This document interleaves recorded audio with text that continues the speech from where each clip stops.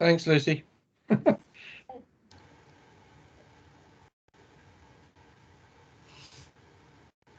I'll speak to you tomorrow about it.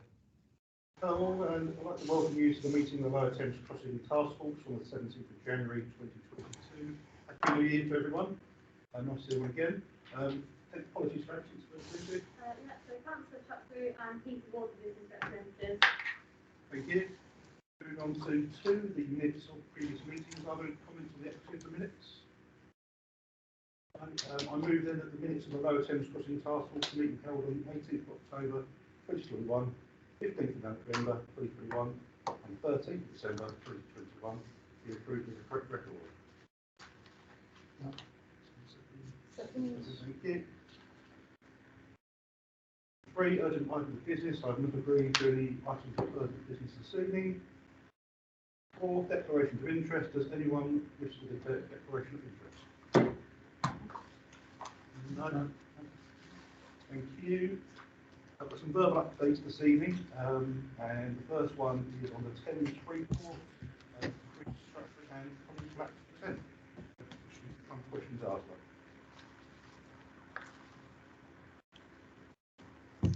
Chris or Colin, I don't know. Yeah, I can hear you, but you're quite faint. It was just a very brief verbal update from us on Freeports, particularly with regards to Freeports and the requirements for a need for greater connectivity with Lower Thames Crossing. We have had a number of meetings with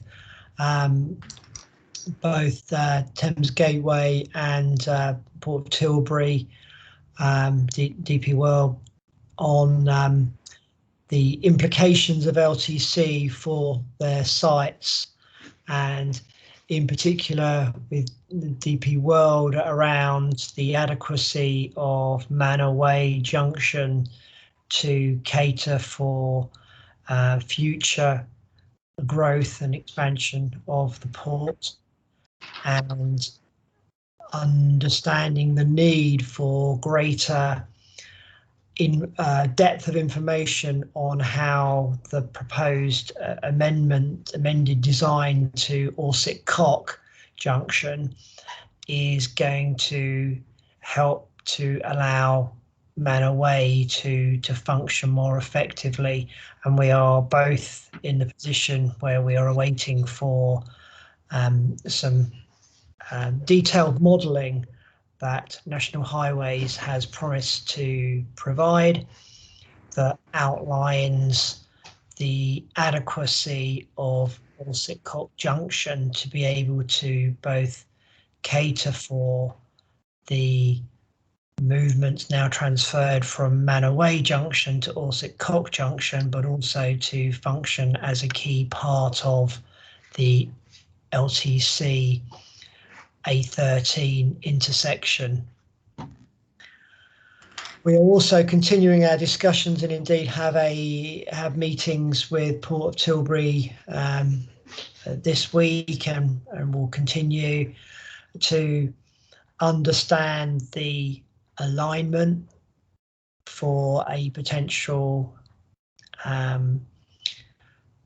Tilbury Link Road, and to understand how that might now connect into the junction at Tilbury that Lower Thames Crossing are proposing to include, and will, I understand, go out to consultation about in the 24th of March, I think the next 4th of March, that's correct, yes. So I think the Port of Tilbury's view is aligned with Thurrock's, in that we very strongly believe that whilst we appreciate the provision of a junction as a good step forward to provide opportunity to connect into and provide that local connectivity, that we are still looking to understand how any future connectivity might be delivered, with and to provide access to the port, because at the moment there's the scheme continues to be presented. There is a junction now tantalizingly close to the port, but all the port traffic will need to continue to go up the A1089, and to make the convoluted movements with the A13 and LTC junction in order to get back down and come back past the port. So we're both on the same page with regards to needing to have that link put in as part of the DCO submission. I'll leave it there and probably open it up to questions. Thank you, Colin. I'm sure there'll be some. Just a quick question from me. Obviously, the red lines are overlapping on the two infrastructure projects, MTC and the Freeport. In regards to that, the traffic that will be coming out of the Freeport, will the stats for the air pollution, noise, vibration, will that be taken into account if there's a link road with lots of extra traffic coming out of the docks?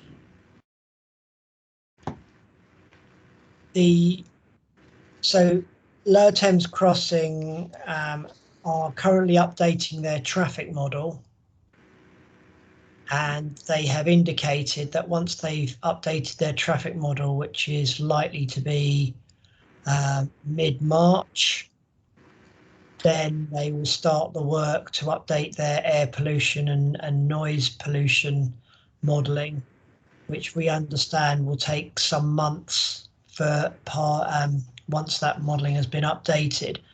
So we don't believe that the updated the updated pollution modelling will be available in time for the consultation that they've scheduled.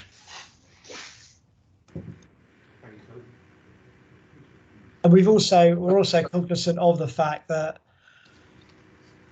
air quality thresholds are likely to be changed following legislation passed last year, the Environment Act, which gives a timescale of the end of October for the new thresholds to be enacted, and we haven't yet had clarification from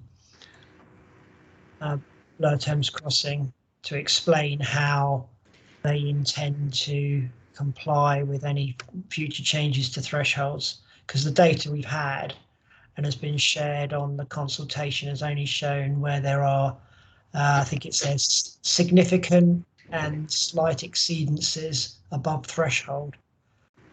We've been emphasising that thresholds are only part of the question. We also want to know what the actual levels of pollution are likely to be, and encourage them to provide some better simulation and some better mapping to allow us to better understand the implications of pollution on the people living and working in Thurrock. Thank you, Colin. Councillor Mulcahy.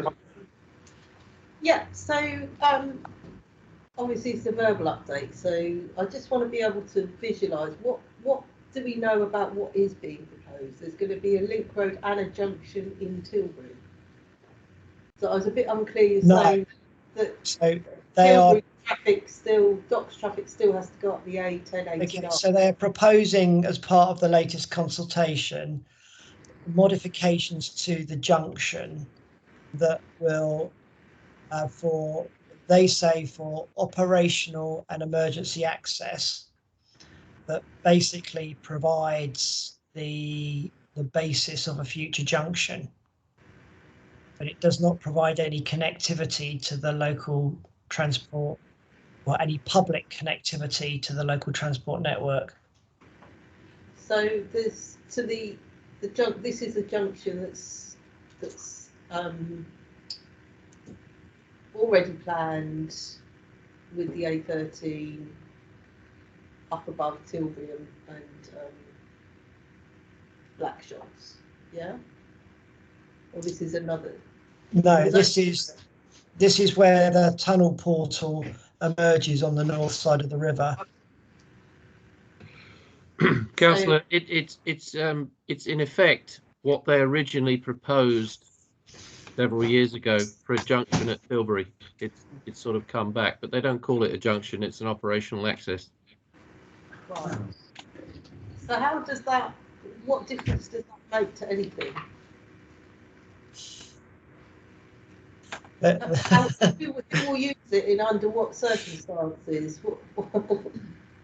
It's to allow the emergency vehicles to better access the tunnel and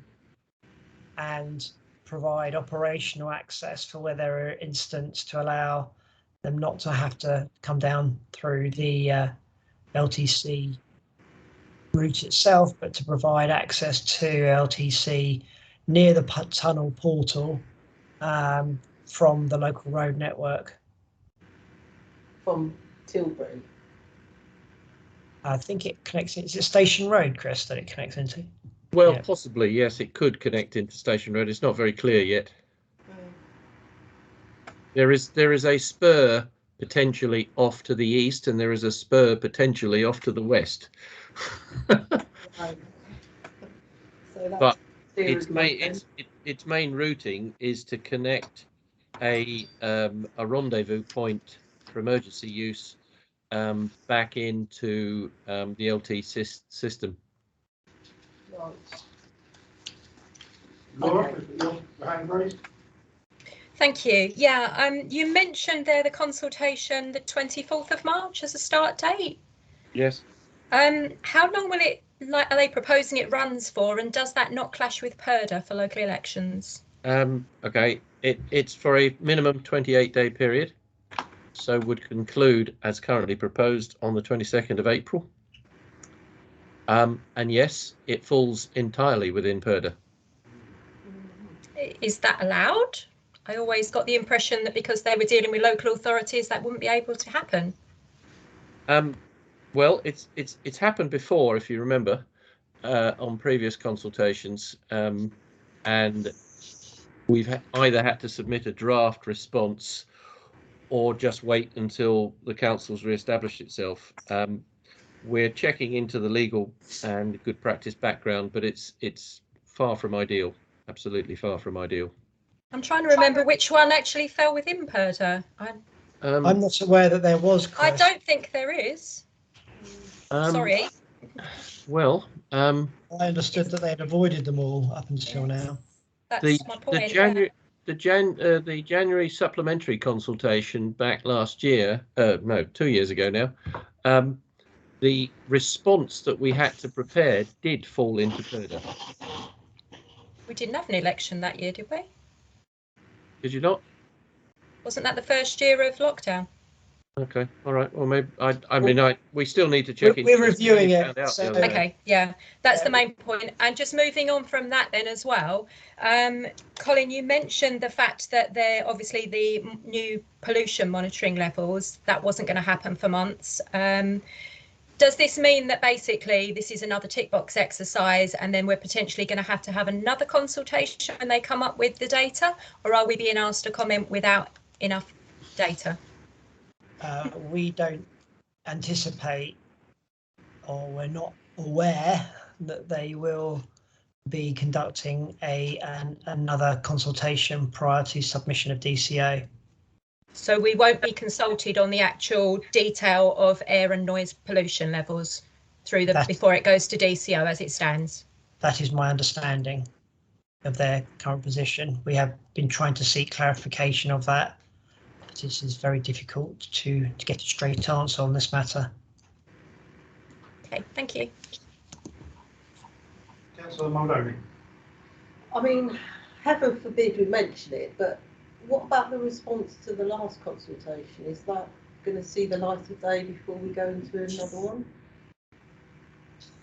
So they say they're going to provide a summary of what changes they've made in response to the last consultation, but I'm not sure it's going to be that easy to understand how they have responded to all of the consultation material that they have received. Chris, do you want to expand on that? Or? Well, they're saying in what we've heard so far that there'll be no technical documents as part of this next consultation, but all the information will be contained in what they've previously called the guide to consultation. So that'll be a fairly substantial document. There will, of course, be map books in the usual way, and all the other range of stuff that they issue. And as part of the guide, they anticipate part of it being a "you said, we did." But we've also been told that the full responses to the previous consultation, a digital and print copy of such a document should be available prior to the consultation, but that it won't form part of the consultation, which we find strange. Again, we've only just received this information last week, so we're still in the process of formulating the council's response to their proposals. So a lot of these issues, we can't give you much of a clarified answer yet, but it's clearly going to be a document, separate document, and there's going to be a summary certainly within the guide, but beyond that we're not clear.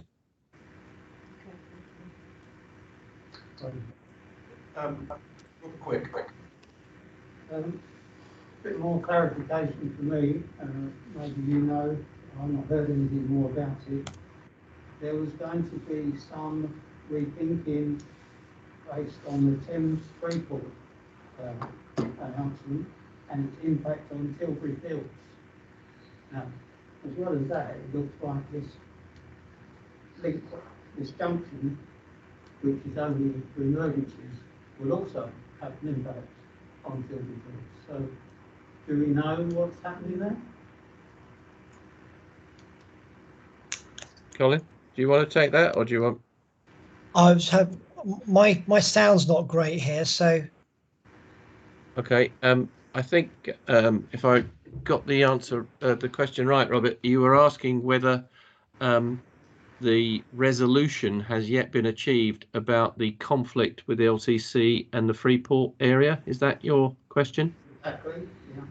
Yeah, it has been, as far as we know, and the Freeport clearly won out, so the Freeport area will retain as Freeport, and the Tilbury Fields area, as was, approximately the western half, will be removed and become part of the Freeport area, and Tilbury Fields will spread a little bit further east and north.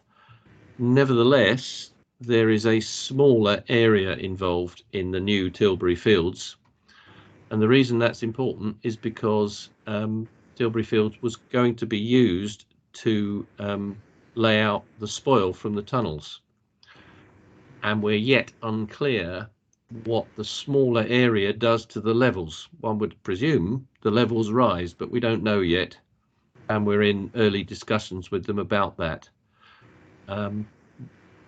So the decision has been taken, and they're in the process of amendments, and obviously part of this consultation will be some details about their proposals for Tilbury Fields now.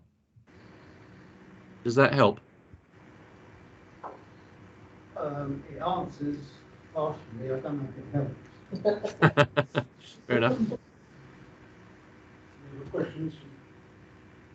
I think it might be a good idea, Chris and Colin, if we invite highways, or national highways, along maybe to the April meeting. I don't think they're going to give us too much more information on the 14th. The April the 11th, which will be in the middle of the consultation at that point. Wouldn't it be good to have them before the consultation? was thinking that, Councillor Mahoney, but I think they're not going to give us any information until consultation starts. So the March meeting might mean that they don't have any information for us. Usually, so they tend to release it like a midnight sort of out to the public. Any other questions? We'll move on. Thank you, Chris and Colin. I think it's going to be something we're going to come back to as we get more details. Obviously, some big changes that are that are ongoing at the moment, up for discussion and consultation. So we'll keep that one on the agenda. Chair, could I just suggest you keep the offer to to National Highways rather open for now, because it may be appropriate to invite them to say something in February. I'm just not sure yet. Okay. And we'll Colin and I will come back to you on that if you don't mind. Yeah, no problem. I certainly support the fact that we should have them come to one of the forthcoming meetings pretty soon, that's for sure. Thank you. Moving on to agenda item 6, health impact assessment, a verbal update. Well, there is none really. I mean, because they're going out to consultation, we've received no further information about the health impact assessment, and so, Councillor Muldowney, I'm sorry, I can't offer you anything. There is nothing to say. We have received nothing. They're still doing the work. You don't have to be sorry, Chris, it's not your fault. I mean, my expectations were not that high, to be fair. No. I still think but it's I do live in hope. Yeah, keep it on the agenda each time. I suggest you do that, because you never know, something may come forward. But at present, we don't have anything to offer. Can we get sight of the actual? Because they did at one point deliver a draft health impacts and equalities assessment, didn't they? Because our NHS, our public health team looked at it and said it wasn't up to standard. But can we actually get sight of that document? Well, the document that you're talking about was in fact the DCO version 1 complete health and equalities impact assessment. We do have that. I don't mind it if Colin and others want it, but certainly circulate it. We joined forces with, I think, about 6 or 7 other local authorities to do an independent assessment of basically the methodology of how they undertook it, and we've submitted that to to National Highways in order to advise them, and we understand that many of the points made will be incorporated in a revised version, but that version 1 is the only one we've ever received. In the lead up to that, getting that after they withdrew their application, we did receive a full contents list of what was going to be included within that for comment, and I suspect we'll follow much the same, but we keep being told we're not going to get the full version of the amended one for version 2 until such time as the submission is made. So we'll get bits and pieces out of it, but not the whole thing until it's ready for submission. Yeah, I mean, if it can be put on the website, or I don't know, the link emailed to us. How big? I'm imagining it's quite a hefty document. Yes, it is. I can quickly check for you, just a moment, how many pages it might contain. Just bear with me while I find it.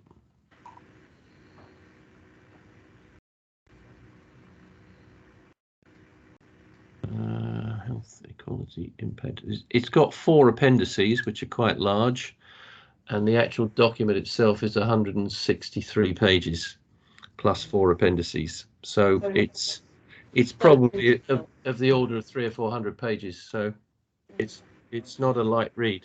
I mean, I'm not sure of bedtime, but I would like to actually see. I mean, I know that it's going to get superseded, but I would actually like to see what they sent through. Okay, Colin, if you're happy, I'll circulate it to Lucy, and she can send it round. It might. Yes, I'm not quite sure of let me just check the actual size of it, because it may not be able to be emailed easily. Yes, well, it's 2.5 megs for the main report, and three of the appendices are certainly circulatable, but one appendix is 11.5 megabytes. I suggest we don't do that. So I can certainly circulate the main report if you're happy with that. Yeah. Okay. Thank you. Thank you. Anyone, any questions? No, can't see any questions. Thank you very much. I know it's an ongoing thing, and one day we will have a lot of information to do the health impact assessment, but it literally might be the day before the DCO goes in, by the sound of it. Yes, I mean, the general feeling is that we're not going to get, I don't know, proper consultation. What we'll get is a series of presentations of various environmental topics, including the health impact one, sometime between submission and the next consultation, yet to be determined. So not an awful lot of time to consider and review, just a presentation. So we'll wait and see. Can I ask one? Robert, quick, ask a question. Not on the subject of air pollution, just going back to the earlier item, you mentioned, did I hear correctly, an updated traffic model? And if so, have we got the data from that on what that traffic model shows as the volume of traffic on the current Dartford crossing and the volume of traffic on the proposed Thames crossing? How that's changed with this updated traffic model? So we don't have the data from the updated traffic model yet. That won't be available, we understand, until mid-March, and then we will have an opportunity to analyse it. Whether we can analyse that before the consultation period is over, I am not sure. Depends on what we get and what we get and what format we get it.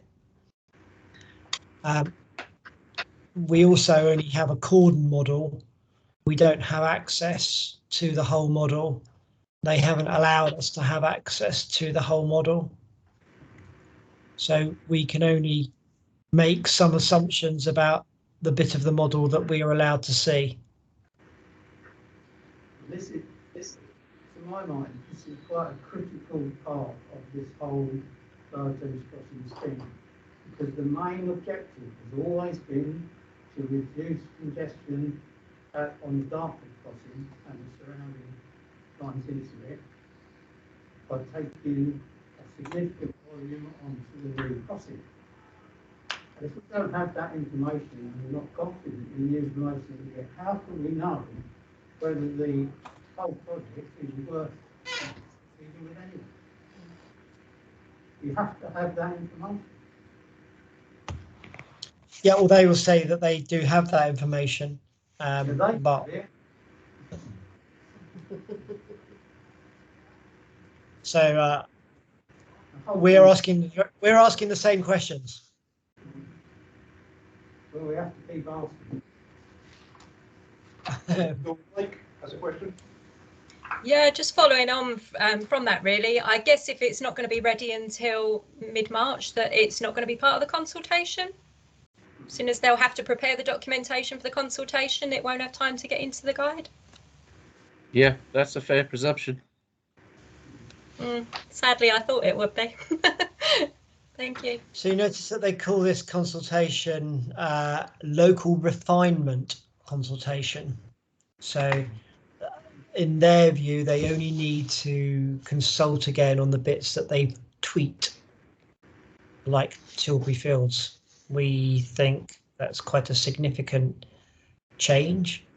There are some significant changes ongoing, and we think it would be better to consult on a wider variety of aspects and to provide greater clarity on how they've responded to the previous consultation. But I don't believe that that's going to be the case. Councillor Massey, I have sent you forward you a copy of the consultation notification that we received from Lower Thames Crossing with details about what they're intending to cover. You may wish to circulate that round so that everybody's got sight of the full intention of the consultation. Yeah, thank you, Phil. I will circulate that.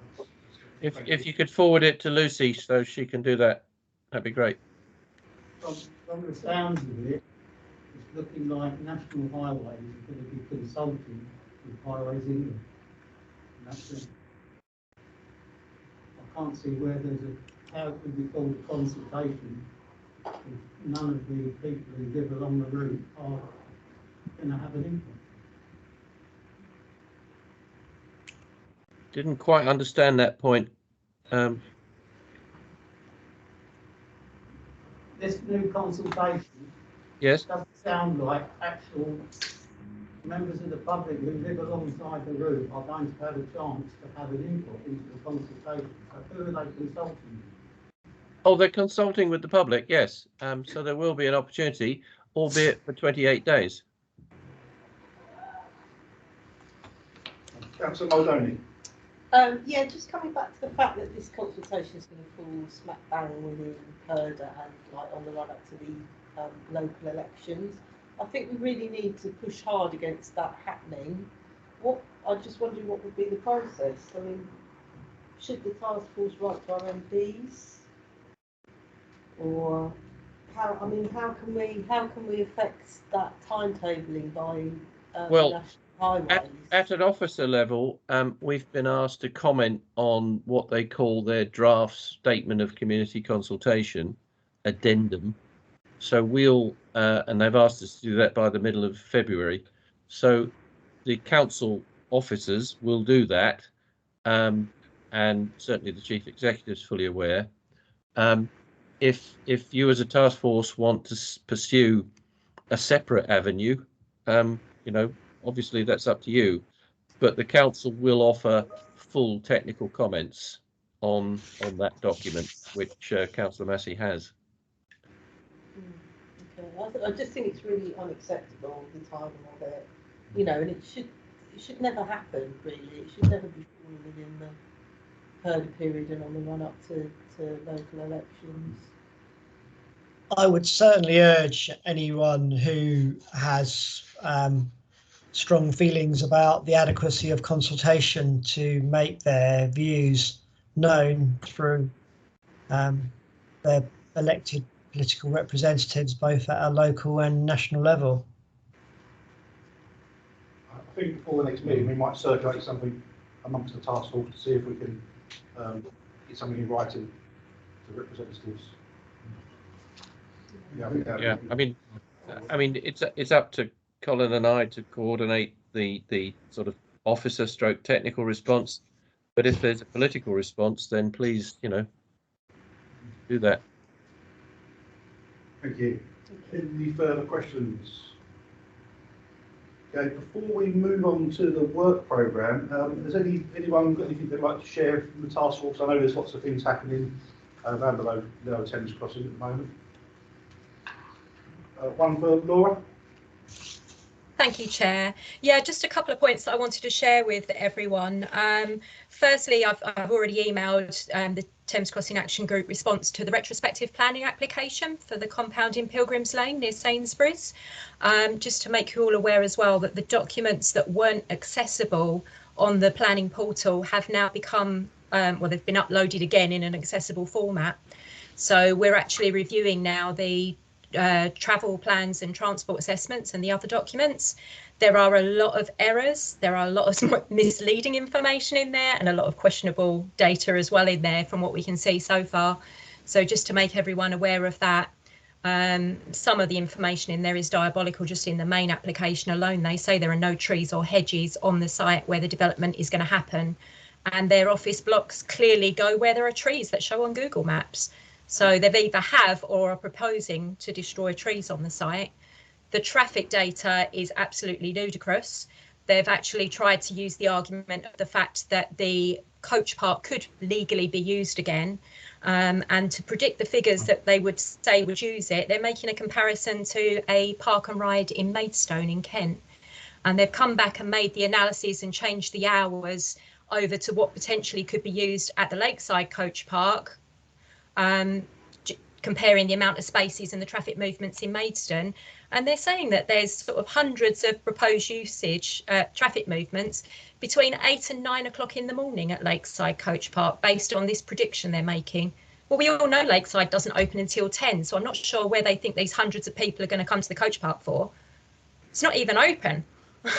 So there are a lot of questionable aspects. Another one on the traffic modelling, which was the traffic assessment, which was interesting, is there are more vehicles. Now, excuse me, I can't, my head's a bit fried. There's either more traffic arriving at the site than leaving, or leaving than arriving. So there's another magic portal in there somewhere. Remember, we had that before with the 1089, more traffic one way than the other. So if they've got a magic portal in there, I'd like to know when the retrospective planning application for that's going in. And then just the other topic that I wanted to touch on was smart motorways. As an action group, we have actually contacted the Secretary of State, the Office of Rail and Road, the Transport Select Committee, and Nick Harris, the Chief Exec of National Highways, to call on them to pause the LTC on the basis that they've paused the smart motorways. If they're doing that while they collect 5 years of data, the LTC, whilst they say is a trunk road, is being designed smart motorway standards. We have that in writing from National Highways. It's smart motorway standards that are in question as far as we're concerned, and that's what's being paused because of the safety concerns and risks. So we have actually contacted all of those people to raise that concern and ask for it to be paused. And I will, of course, share any updates as we receive any responses. So far, all we've had is an acknowledgement from National Highways to say that they will get back to us within 10 days. I also copied in all of the impacted areas MPs into the email, and so far Stephen Metcalfe has responded and said that he will be following up and asking the Secretary of State to address the points that we have raised. Laura, could you send that email to Colin and I, please? Yeah, sure. Colin, do you want to say anything about what we're doing on that?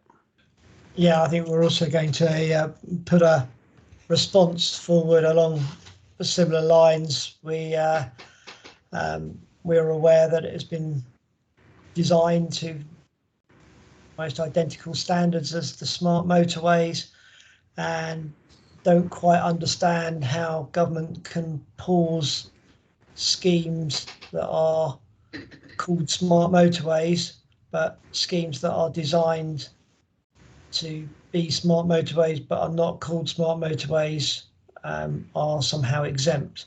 We're seeking some very urgent clarification of their ruling in this matter.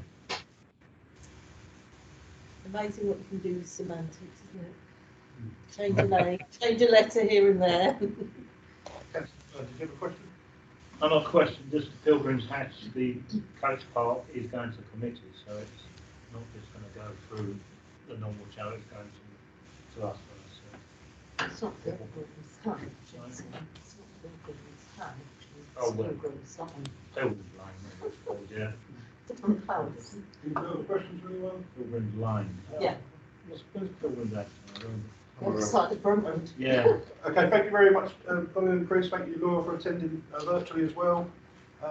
There's only one item left, which is the work programme. If we could put an invitation to Highways into the work programme at the relevant point, as you think that's right, Colin and Chris, please, as the information becomes available. Does any other member wish to add anything to the work programme? No. I don't read anything, I just want to say it's great to see Laura's finally been allowed to join us, and yeah, great, happy days. Thank Well, you. And thanks to everyone who made it happen. Thank you. With that, it's 18:42. I now conclude the meeting of the Lower Thames Task Force. Thank you. Thank you. Thank you. Thanks everyone, good night. Thanks Thank everyone. you. Cheers. Bye-bye. Happy New Year.